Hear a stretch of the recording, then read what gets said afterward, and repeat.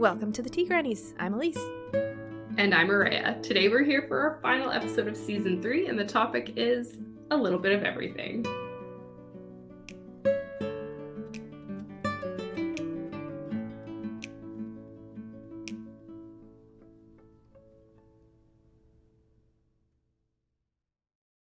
Chapter 1. Winter, 2009. The symbol on the door was difficult to decipher, she said as a crimson flush creeped up her throat, and the grey stall door slammed closed behind her. He nodded. He had taken the same gamble, so either of them could be in the wrong washroom. There were no urinals, so he suspected it was him. The symbols on the doors were both noodles and unintelligible. He scrubbed his hands in the sink, while she washed hers to his left. Square white porcelain with chunky star-shaped silver taps, like those found in a high school, though he hadn't been to one. "You on a date?" she asked, over the rush of water. She dried her hands on the brown paper, and pulled a fresh one and held it out for him. There was a seed between her overlapping front teeth, but there was something so lovely and endearing and real about it that he smiled back at her and resisted the urge to tell her about said seed. He nodded, and leaned his hip against the sink as he dried his hands. "How's it going, then?" She rifled through her bag and came up with a tube of lipstick, a soft pink shade, and she noticed the seed as she began to apply it. She sucked and brushed the tip of her tongue over her front teeth to dislodge it. He frowned at her. "Not well, to be honest." "Blind date?" "Pretty much." She finished with the lipstick and chucked it in her bag again. A menagerie of items audibly sloshed around as she hoisted the strap onto her shoulder. How can it pretty much be a blind date? It either is or it isn't. "Well, I did see a photograph of her." As far as meet cutes go, this one is actually hilarious, I think. I love how they're both a little bit embarrassed, but they just kind of let it go and try to make do with their situation, which, I mean, if you're in that situation, that's probably the best way to go about it. I like the descriptions in this piece. They're clear and vivid, and I could just envision everything. Public restroom, that's pretty simple. I'm guessing at a restaurant or coffee shop or something. And I'm also guessing probably some kind of hipster place that has to be creative with everything because of the weird symbols on the door. Yeah, so I liked this introduction. I'm curious to see where it might be going, but what I'd recommend is starting a touch earlier. I think this is a really good example of starting the story in medias res, in the middle of action, but similar to when a lot of authors try to start a story in the middle of a fight scene or high-speed, high-action chase, there's too much going on that we don't have enough context for yet, so it was difficult for me to navigate the scene properly and anchor myself in it. So if the male character here is the point of view character, what's his name? Why is he in this restroom? I'm thinking even just a paragraph of context to open things up before these two interact would be helpful. Like if it's from the man's perspective, have us in his head, learning his name, what kind of mood he's in based on some hints. Because you're in third person, so you could say, Josh was feeling whatever. Don't use that as a sentence because that's lazy, but that's just an example. We need his name so that we can, think about him with a label. It's hard to consider these characters without names right off the start. Give us a hint of what kind of mood he's in, and based on some hints about why he's in this location in the first place. Like, I'm not saying you have to give us everything, but I needed more. I needed a reason to care or a reason to resonate with this character about, like, why should I keep reading? What's keeping me invested in this scene? And then answering the who, what, and why for him before the scene kicks off would add that missing piece. That's essentially what I'm getting at. Who, his name, what, how he's feeling about his circumstances at the moment, and why, a hint or a brief explanation for his reason for being in the location in the first place. In this case, it's a date, apparently, pretty much a blind date, but maybe not a blind date because he saw a picture of her first. I don't know. We don't need that much detail, but we do need context. We do need a reason to latch onto the character's mindset or circumstances and be intrigued enough to keep reading, essentially. Right now, we haven't been given enough detail that I don't really have any idea where the story is going, what kind of story it's going to be. Is it a rom-com? I mean, probably, based on the circumstances. So. I think that would be cute, but it might not. Like, I have no idea. This could go literally anywhere, and that's where I'm feeling like was the point of this piece, and that's what's missing for me. Other than that, I don't think much needs to change. As I said, the descriptions are great, the scenario, the setup is great, and I just want to know if it's actually a meet cute or not, because if it is, I could see it being like super adorable. I cackled like a witch when I read this. I love a good meet cute. And you know, when you ask couples like, how did you meet? It's like, oh, we met in a public washroom. Like, that's quite funny. I like it. I agree with Elise's comments. So I'm not going to repeat myself or repeat after Elise. I thought the setting was well done. I can totally picture it. Bold of them to lean on the counter. Like, those public washrooms, those counters are always wet. Like, why are they always wet? But anyways, I like their dialogue, but I'd like for it to be a little bit more spunky. It's kind of too casual, like realistic, like very realistic. But it is fiction, and so you need to have your character saying something a little bit more interesting than, hey, how's it going? To get us interested in keeping us reading. The little bit about the seed between her teeth was really cute. It was a great little detail. And I do like that she straight up asks if he's on a date, which makes me think this is like a first date kind of location. And why are washroom signs so confusing these days? Like, why are they even gender specific? Like, that's another rant. Yeah, but like sure. every time I go into a restaurant now, I stand at the bathroom and I'm like, does it matter? Really? Which one am I now? Which one am I supposed to be? Anyways, I did really like this. I would keep reading. I love a good rom-com, and that is what I'm hoping that this is.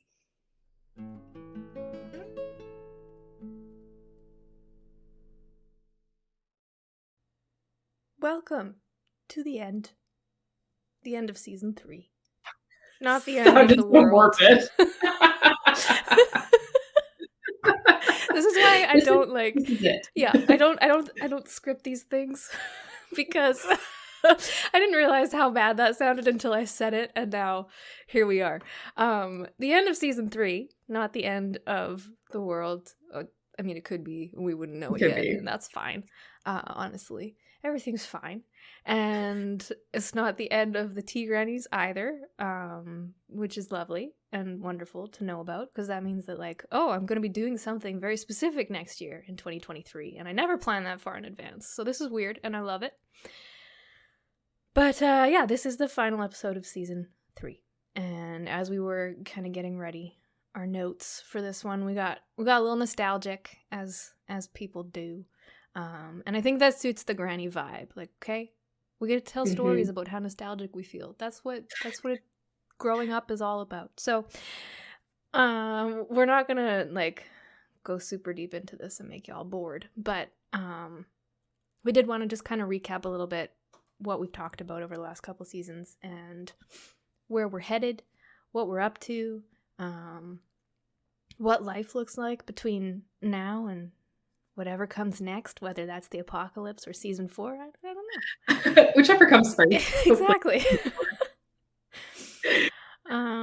But yeah, so season 1, we kicked off last year, which is, that's wild. We've done 3 seasons in the span of a year and a half. No wonder we're so tired. Wow. We're very tired. My goodness gracious. I think that's the overachiever in us. Oh, right. Just kind of took the driver's seat with this little project, and now we're like, well, we need a break on this road trip. This is the perk of being friends with someone who goes to therapy for the same things. Should do group therapy together. Like, hey, we're both really deeply messed up. That took a turn. Oh yeah. Man, this is a happy episode. Again. My goodness.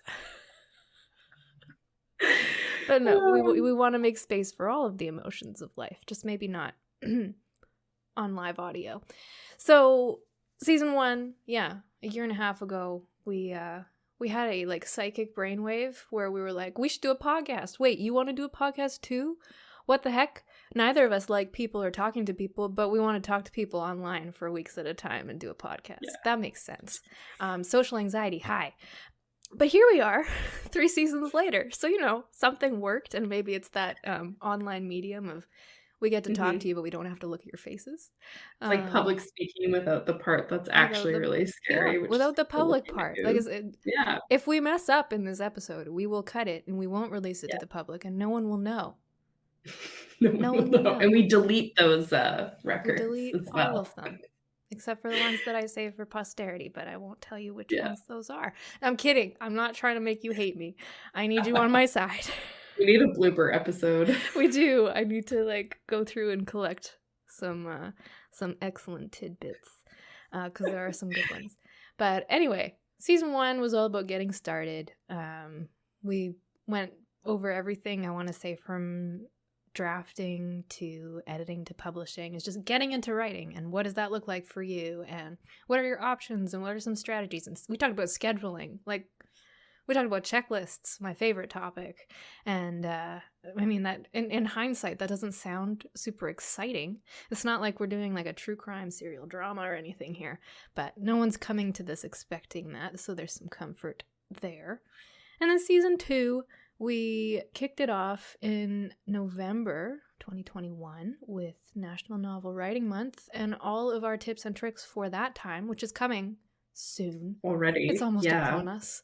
I'm not ready. They're almost here. So I know a lot of people will be gearing up for that shortly, and I wish you all the best of luck. I don't know how much I'm going to get done in that month, really. I don't know how much we're going to talk about that. That's later.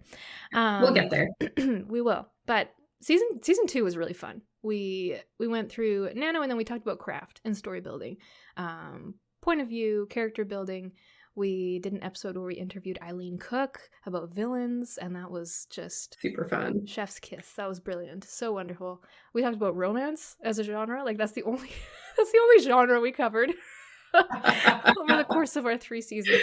One which I don't write, and you've only started writing in the last while. So whatever, it's fine. We did talk about world building as well in our lovely wine world building episode, which is more fantasy leaning, maybe, but world building is in every story, so whatever. And we kind of throw romance into all our stories anyway, so it's not like we're unfamiliar. We like it, and now I'm obsessed. If anybody follows me on like Goodreads or on the Bookstagram, you guys know that's like my number 1 read genre now, or subgenre, like everything. I'm like, oh, it doesn't have romance in it. I don't think I want to read it. Oh, okay, thanks. But yeah, and then this season 3, we pretty much stuck with the publishing side of things. Most of you have probably listened to them, but if you haven't, we did everything from queries to finding agents, as much as we could think of, honestly. We interviewed a lot of really great authors. We had Maya Hampson. We talked to her about landing an agent and what happens when you do, which was super fun. We talked to Rob Sanborn about traditional publishing, and Kate McWilliams gave us all the tea on self-publishing. So it was also fun to have listeners reach out and share their own resources for querying. The more knowledge, the better. So we aren't the be all and end all of your research. Don't forget that. Make friends in your writing community, because there is so much to learn. Yeah, there's so much that we don't know. And we're sitting here like providing information, like we know some things, and it feels like we don't. And then we talk to someone like Maya or to Kate or Rob, like, I didn't know any of that stuff. Yeah. I've been doing research. And we were like, we know lots. Let's do a podcast. So let's see. The turntables. So humbling. So wonderfully humbling. And I say that in the best way possible. Like the interview episodes have been my favorite episodes since we started. Like, as much as I love just chatting with you and shooting the shit and, talking bad about people, which is, my favorite part of every week, it's been incredibly fun to get to know other writers and their processes and their notes and tips and tricks. And that's been, just awesome.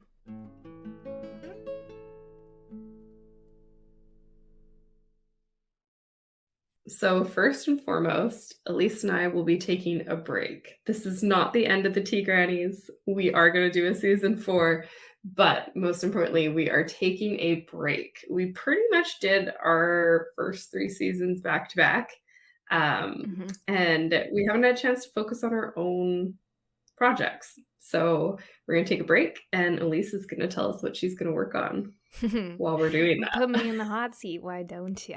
I mean, despite feeling like we haven't we haven't had time to work on personal projects, but we have. I published a whole trilogy in the same span of time. What? I did what? Oh my goodness. Okay. What I was really trying to say was I haven't had time to work on my personal projects because I get obsessed with one project at a time, and it's been the podcast. Oh, yeah. But you have, when did you draft Ladykiller? I think I did it during podcasting times. Yeah, I'm pretty sure that's recent. Or you redrafted it, and then I workshopped it, and then you did it again. Yeah. So I did get some stuff done. Just definitely not at my normal output. Mm-hmm. Yeah, it has cut into our usual, what we see as our usual output. Which, yeah, sure, we're spending a lot of time doing this. We enjoy doing it. Makes sense. It's fun. But yeah, we do, doing 3 seasons back to back to back is a lot. It's a lot. There's a lot. There's a lot of planning that goes into this, whether you believe us or not. Maybe you think we just sit down every time we record and just, talk it out and then we're done. I wish we could wing it. I wish we were that good. But we're like, no, we need notes because we get sidetracked very easily. Notes, we do this and we just keep going. Yeah. So it has cut in a bit, and we're going to take a longer break than we've seen between the other seasons. This is releasing near the end of October, and we probably won't dive into season 4 until spring 2023. Yeah. We're not going to put a date on it at this point because that would be too much pressure. We will be back. And during the break, you can find us on all the socials as usual, and we'll pop in with updates along the way. I, for one, am going to be probably posting a little bit more about my current draft that I'm working on, which is a science fiction. I want to say it's YA. My main character is very YA, so that's what it's going to be. She's 16. It's a daughter and father searching the galaxy for her missing mother and their family of smugglers, and we get into some wonderful mischief, and I'm very excited about it. I'm so excited to read that.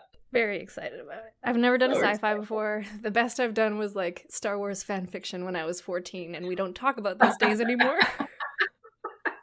No, I probably literally wrote myself as a Sith Padawan kind of a blend. Ooh, and it was me with a lightsaber trying to get out of slavery or some shit. I don't know what it was. It didn't make sense. Sounds actually pretty good.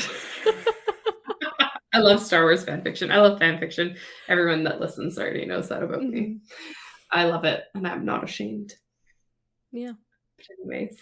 I could get into more of that, but I have enough to do already, because aside from the drafting, I also want to edit the Bug Monster story that I have referenced multiple times on this podcast and outside of this podcast for the past 2 years. And I know that Maria's pissed at me about it. I know that Maya's pissed at me about it because they read it and they told them I would edit it, and I have not. And we want it. We want it. And I've made notes. I have your workshop notes. I have direction. I just need to sit down and do it. And to do that, I need the time. So don't kill me, because I will get it done. And if you kill me, you don't get the draft. That's how it works. That's fair. That's fair. Although if I could come back from the dead to hand you a draft, I would. I would love to do that for you. Probably not in my future. And then aside from that, I do need to figure out what my work life looks like over the next 6 months? Can't do the math. Don't care. Over the next little while, because I might have some new regular contract work coming in on my freelance side of things that could keep me quite busy. When you work contract for more than one person, it can get really tricky, because you don't work for them, you're not an employee, so you're not at their beck and call technically, but a lot of people kind of act like they'll message you, and if they're the kind of person that expects a response right away, it can get a little awkward if you don't. A little dicey. Haven't dealt with much of that so far, but that can always change. Always possible. So, yeah. Yep. Yeah. But no, right now I'm working with some pretty amazing people, and I'm really happy with the stuff that I'm getting, and it is a lot of variety, and it brings me a lot of joy, even though it cuts into the writing that I would like to be doing. But I don't get paid for that, so. Yeah, we need those day jobs to fund the fun stuff in our life. My life is a dumpster fire right now, which I won't get into because I am going to therapy next week, and that's when I'm going to get into it. But my plans during the break I'm finally gonna draft this rom-com idea that's been floating around in my head for a while. I'm gonna use NaNoWriMo to kind of help me do it. It'll probably be a short first draft. I have an idea of having like a audiobook narrator and a romance author having a bit of a face off, and then he'll be on like contract to read her books, and then her books are going to slowly become about him, and I'm really excited for it. I So want to read it immediately. I You told me I about don't it write a lot before. of contemporary because I get into like like I got to refer to social media and like when should I time this and where should it be set. So I think I'm gonna go for the whole like fictional city in a province or something, and then that way I don't have to be like, is that the right Yeah, street? Because I don't perfect. want to do that. Perfect. The other project I wrote, I think it was sometime last year, I wrote a submission for a short story contest where you had to write about pirating dogs. And I thought this was super fun. So I wrote a short story starring my dogs, obviously. And I kind of loved it. I called it The Somersaulting Pig, which is a reference to my one dog who looks like a pig. She literally did a somersault out of the truck one day and landed on her back, and she was fine. And that is why I called it The Somersaulting Pig, because she's like our narrator.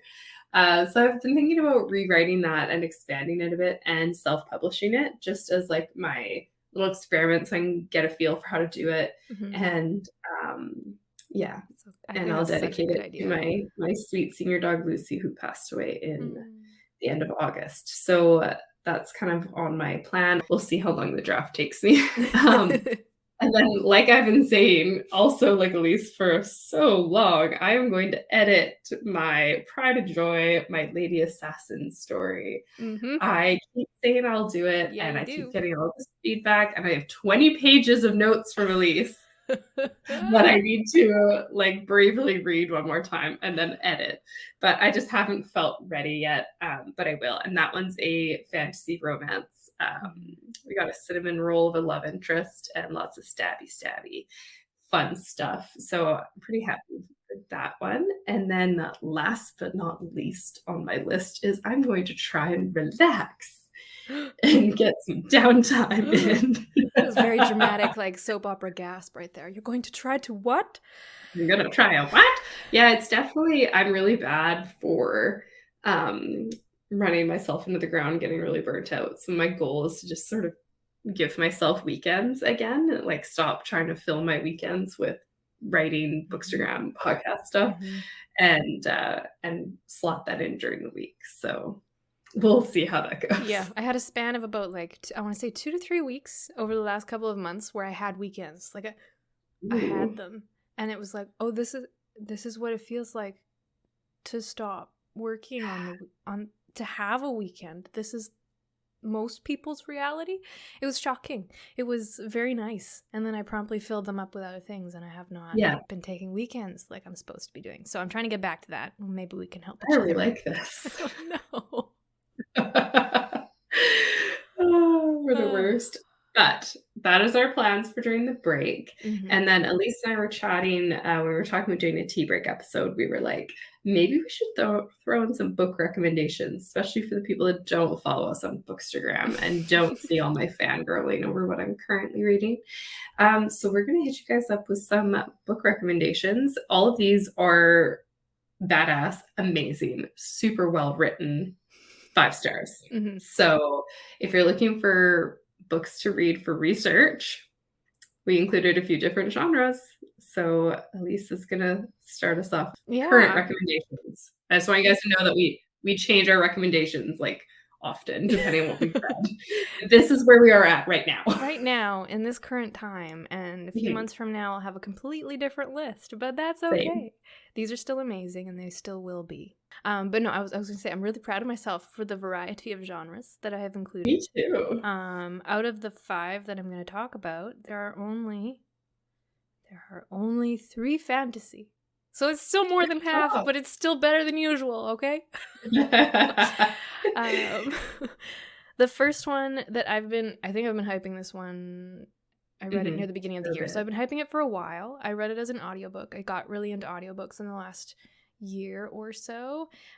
So actually I read several of these as audiobooks and enjoyed them very much. But the first one is An Enchantment of Ravens by Margaret Rogerson.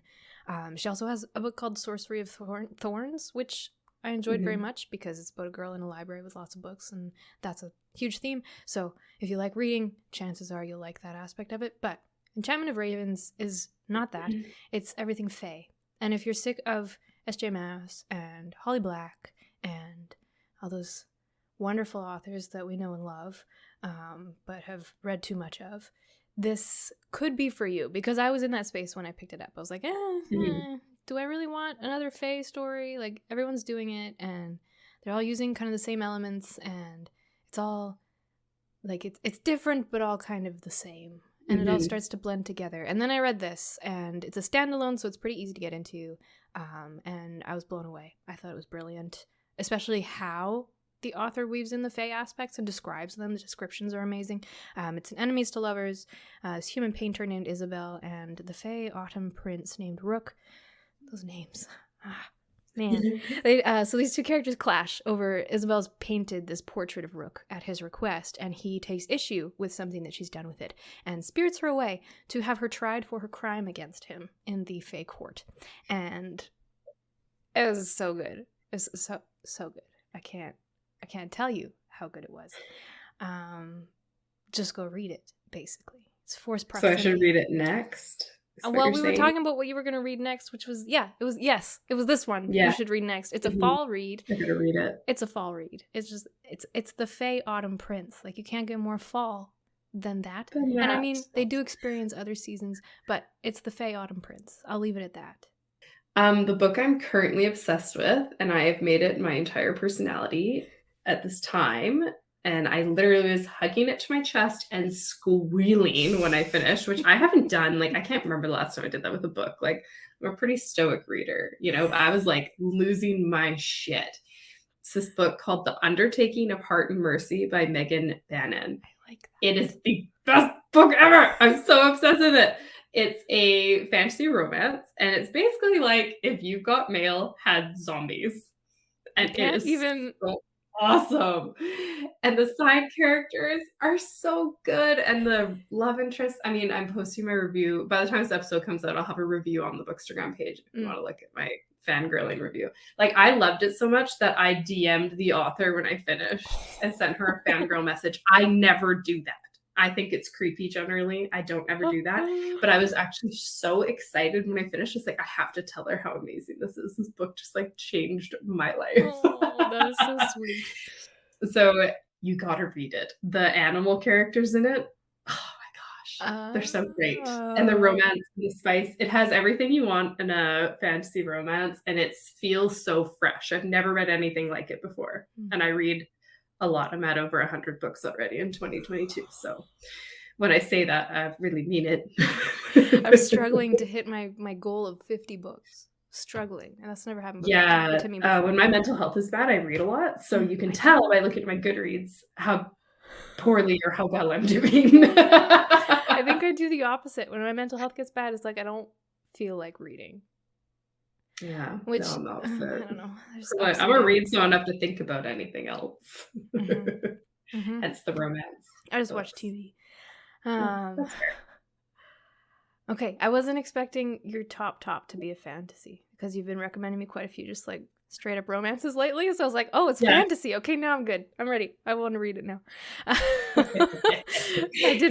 was going to read it anyways, because that is a high praise. And I'd be missing out if I don't. But my next one is, again, fantasy, because you expect nothing less of me. This one, I've talked about it before. I can't remember if this season or the last season when we were talking about POV. But the Broken Earth trilogy by N.K. Jemisin. So I'm cheating a little bit, and I'm putting 3 books into one, because I read books 2 and 3 this year, and I read book 1 last year. I believe I did them all as audiobooks again. Narrator was fabulous. And this is one of those authors that I can only dream of emulating one day. One of those people that you read their work and you're like, oh, I want to be able to write like that. I wish I could write like that. I want to be like you when I grow up. And I want to be like you when I grow up. It's at once the most like motivating and crushing thing, because it's just like it's this thing you want to shoot for, and it's very motivating in that way. But I find that it's also like a little bit crushing in that, will I ever get there? I doubt myself so much in the moment that I'm not sure. But either way, read the books anyways, because they're wonderful experiences. This extremely rich fantasy world. I don't think I've ever read anything quite like it.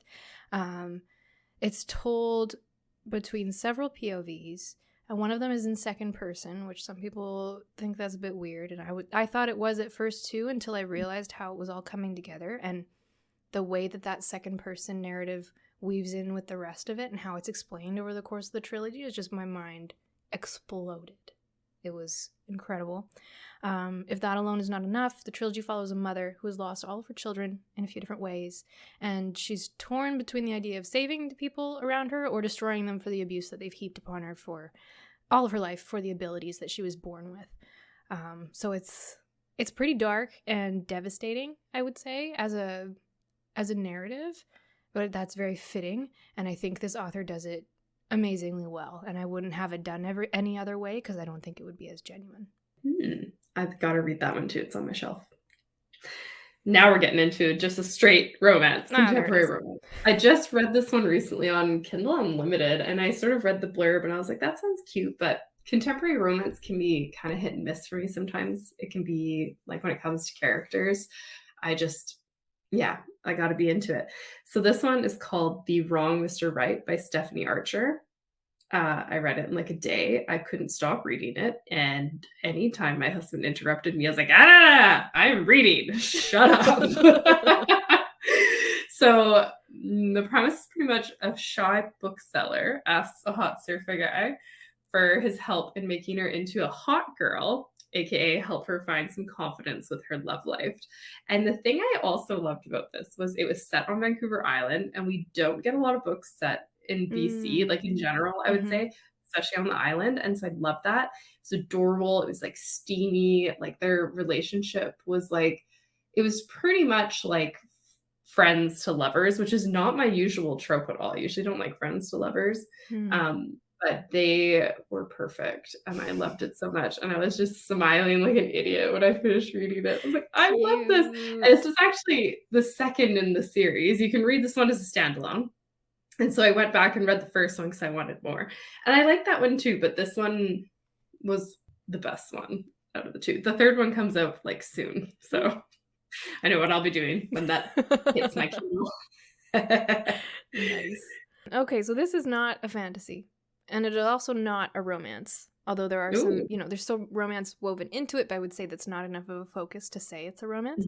If We Were Villains, ML Rio, I can't get over this book. I can't get over this book. Every time I remember that I read it, I'm like, oh, right. So this is similar to what I said about Jemison, an author that I want to be one day when I grow up. Like, I want to write this well. Somehow, some way, I want to achieve this level of mastery. And they probably are like, oh, no, it's not a level of mastery. Like, I still learn so much. And it's like, I don't care. I want to be wherever you are at in the pyramid right now.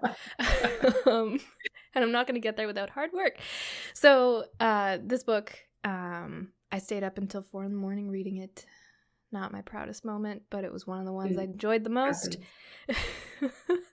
It features a cast of theater students in a highly competitive school, and what unravels is a murder mystery that is just the most unexpected kind of twists and turns, and I devoured it. I loved every word of it. It's so poetic and descriptive and dark and twisted and sexy and dark and it's so dark. Oh man. But so engaging. And despite, like, usually when I read something more literary fringe with poetic descriptive language, it tends to get too much for me after a little while. It's like, can you just say what you're trying to say? But this, every phrase was so carefully crafted. It felt like they spent a lot of time in the stylistic edit portion, just with word choice and making sure it all flowed. And they talk about Shakespeare a lot, so that makes sense in context. And just, yeah. I also need to read this one. Yeah, you lent it to me. I'm kind of proud of us for picking books that we haven't really both read. Like, that's impressive. Because that is impressive. That doesn't usually read happen. a lot of those things. My next one is a historical romance. It's called What the Wind Knows by Amy Harmon. And this was recommended to me on Bookstagram like multiple times by the same person. And I finally was like, I'll read it. Like I usually like historical fiction. It can be hit and miss, obviously, just like with anything. So I don't really pick it up that much, except like my Regency romances. I love that shit. But this one was like a proper, like very well researched. It's set in Ireland during the 1920s, which is a very like intense time in Ireland. Features some time travel. So I mean, you could call it magical realism, maybe. It's very, I wouldn't I would still call it historical romance as far as I'm concerned. It was a real tearjerker at the end. And I was at the end, I'm like, how is this going to end so that I can move on with my life? What is going on? It was so well done. I really enjoyed it. And it was so, I want to be like that writer when I grow up type of moment. Like, how is she good at this? It was just, it's so good. Gotta read it. I feel like it's one of those books, the same with everyone else I've talked to in Bookstore about it, where people kind of try and describe it, but then they're just like, you have to read it. And then you're like, ugh, and then you finally read it and you're like, oh yeah. Oh, okay. Yeah, you have to read it. It's on my stack from you, so that's coming up. Good. Yes, I hope you love it. And having been to Ireland a couple times, I extra appreciated it. I thought it was great. I'm not a big travel bug because I traveled so much as a kid. I just don't get drawn to that. But if I want to visit any place in the world, Ireland is one of them. It's like, it's awesome. Before I die, I would like to make it out there. I think it's a writer's dream, you know. There's so many like coffee shops and like bookstores, and like we road tripped on the Wild Atlantic Way, like around Ireland, and it's just so gorgeous and so much tea. I was so happy. Lots of cows, so Nick was happy too. That's cute. Okay, next, and the order of these, I should say, certainly doesn't say anything about where they. Yeah, we picked random order. These are all very wonderful. This is another fantasy. I have raved about this one on, I think, on my Instagram page and maybe elsewhere. I read this one as an audiobook. Again, this was a road trip book. I was on a road trip with my husband. We were driving back home, and we started this somewhere around the beginning of the trip. It was like a 12-hour drive. So we finished it. Like, we did it all in one go, one sitting. I think we stopped for supper, and that was it. And I fell asleep at one point, so we had to back up because I didn't. Yeah. How dare you? How dare I? And it was like right around kind of the most important stuff that was happening. So we really had to go back and make sure that I was, up to what was going on. But it's Nettle and Bone by Kingfisher, T. Kingfisher. And someone has raved to me about her other books, which all seem to be kind of quite different from each other. So I'm curious to get into her other stuff. But this one is a fantasy. And basically all you need to know, if you're like me, to be interested in this book is that on her quest to kill a prince, Mara is joined by a grave witch, a reluctant fairy, a strapping former knight, and a chicken possessed by a demon. You had me at chicken possessed by a demon. Right? I saw that when I was reading about it before I read the book. I saw that. I was like, oh, tell me, you should have put that first. I don't care about all the other crap. And now I want to read it. I don't care what it's about. There's a chicken possessed by a demon. So it's like a darker adult version of Howl's Moving Castle. And it's glorious. It's this weird blend of humor and morbidity. Like, it's about grave witch. It's about dead people and bones and stuff. But it's hilarious. Like, it's so funny. And yeah, it's an excellent audiobook. If you like audiobooks, the narrator is just really entertaining with her voices and everything. And just the concepts, it's like, it blew me away. It was absolutely gripping. Understand that road trips are draining, and that's why I fell asleep, not because the book was boring. It was very interesting. Also, 12-hour road trip, if you're a passenger, you're going to nap at some point. That's the way it is. That one's on my list, too. It's literally on my end table in my, like, hopeful stack, along with If We Were Villains and An Enchantment of Ravens. Oh, yeah. Which were there before we came up with this list, so they were already there. Look at my next one is another fantasy romance. Sorry, not sorry. And this one's really underrated. I like never see it on like Bookstagram or in the bookstore. It's so weird to me. It's called The North Wind by Alexandria Warwick. This is like, I came across it kind of by accident, and it sounded intriguing, and I bought it, and then I read it obsessively until I was finished. It's definitely a darker fantasy romance, and it is a proper enemies to lovers, like dagger to the crotch enemies to lovers. It is so great. And the female main character is so great. And so it is definitely darker, and it deals with some heavier themes, like there's some addiction themes and stuff like that.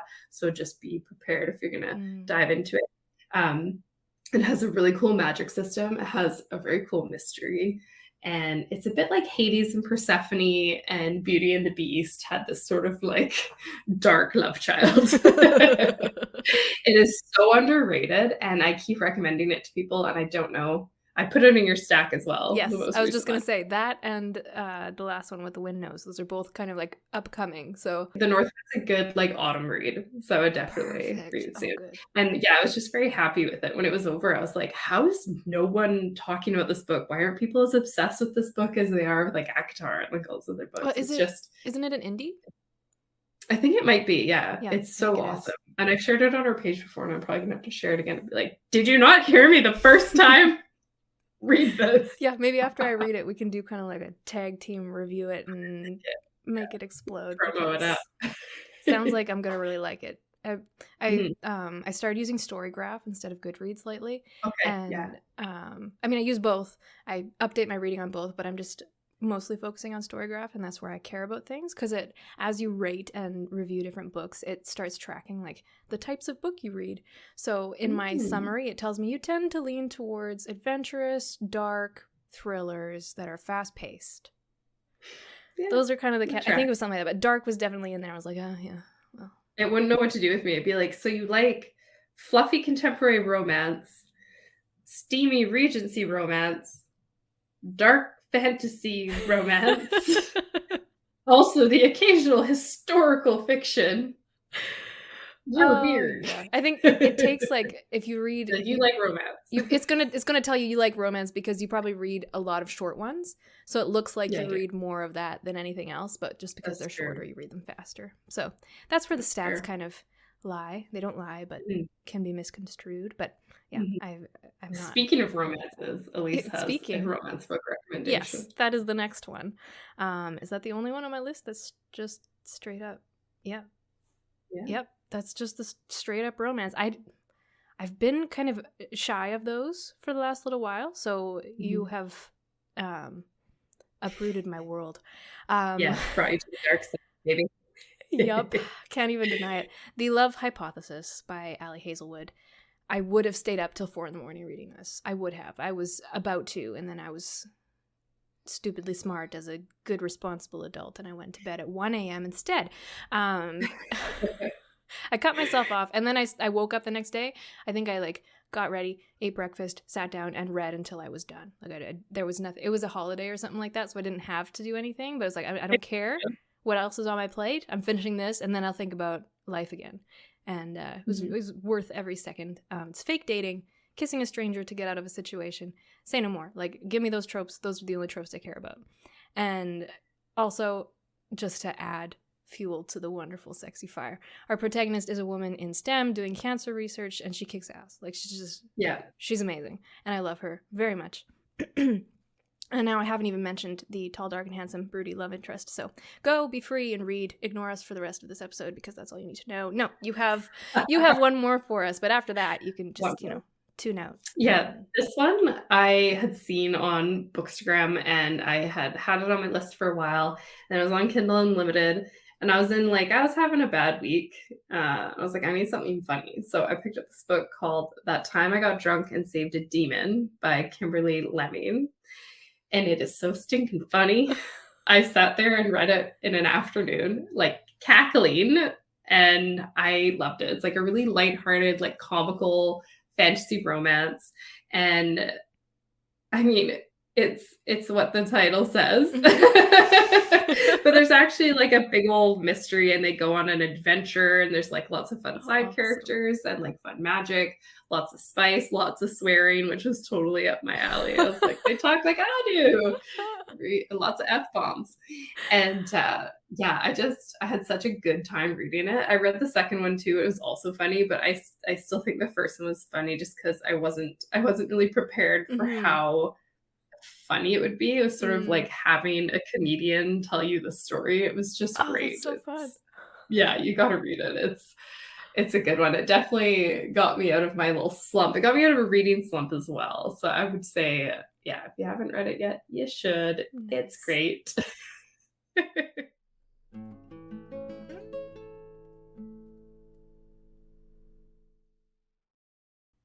So as we said before, we are planning a little hiatus before we get into season 4, but that doesn't mean we haven't started thinking about it, and we have some brainstorming going on.